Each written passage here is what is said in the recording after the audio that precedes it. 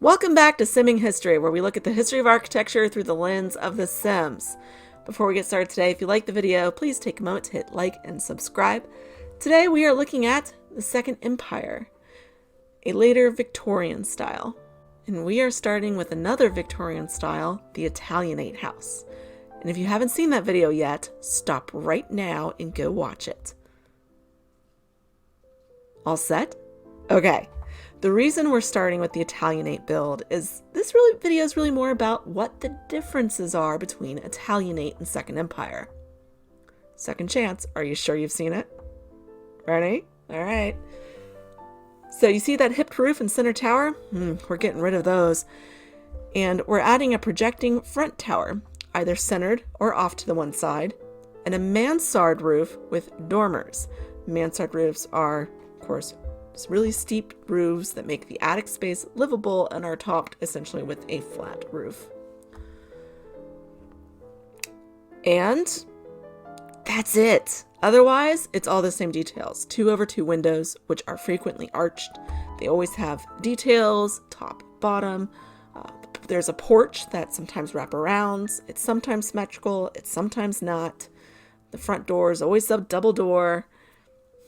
I'm making some additional changes to this build, so it's just a bit different in the Sims 4 gallery if you play Sims.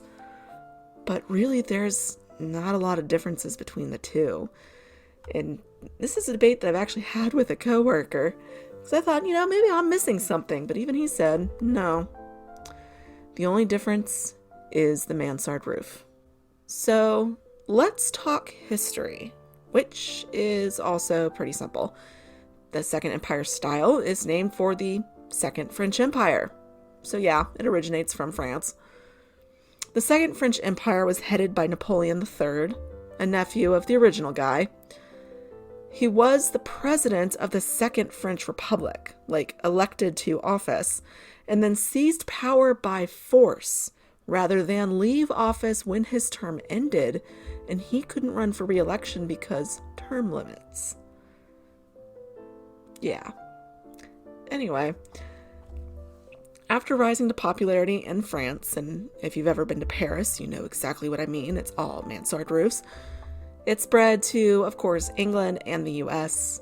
There are some slight differences between the British, French, and American versions. This is basically what I'm building, the North American version of a Second Empire house.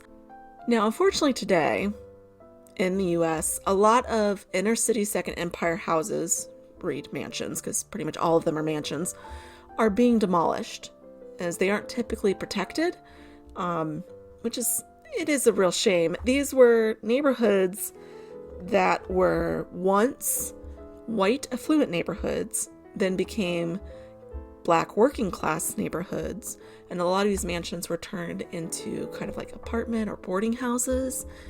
And then as a lot of these neighborhoods continued to decline, we won't even get into the politics of that right now, but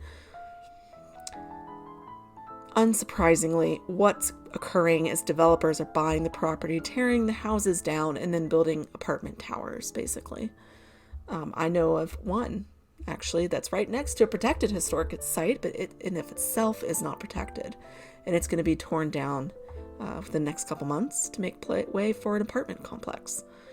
It's sad. Victorian homes frequently aren't protected, and I think it's because it's viewed as being in such abundance. But, we're talking about neighborhoods that are historic, and they should be protected. And strangely, that sort of brings us to the end of this video. It's a surprisingly simple build for something that doesn't look very simple at all. But that's really only because we've covered it before. Again, if you haven't seen Italianate, you really need to go watch it right now. I don't know why you watched this whole video and you didn't see that before. But thanks for joining me today for Second Empire. Until next time, you can find me on Instagram at Simming History and Sims 4 Gallery at Simming History with a playable version of this and many of the other builds on this channel. Thank you to all the new subs and all long-term subs. If you haven't yet, hit subscribe. So subscribe, share, and I'll see you all next time. Until then, bye.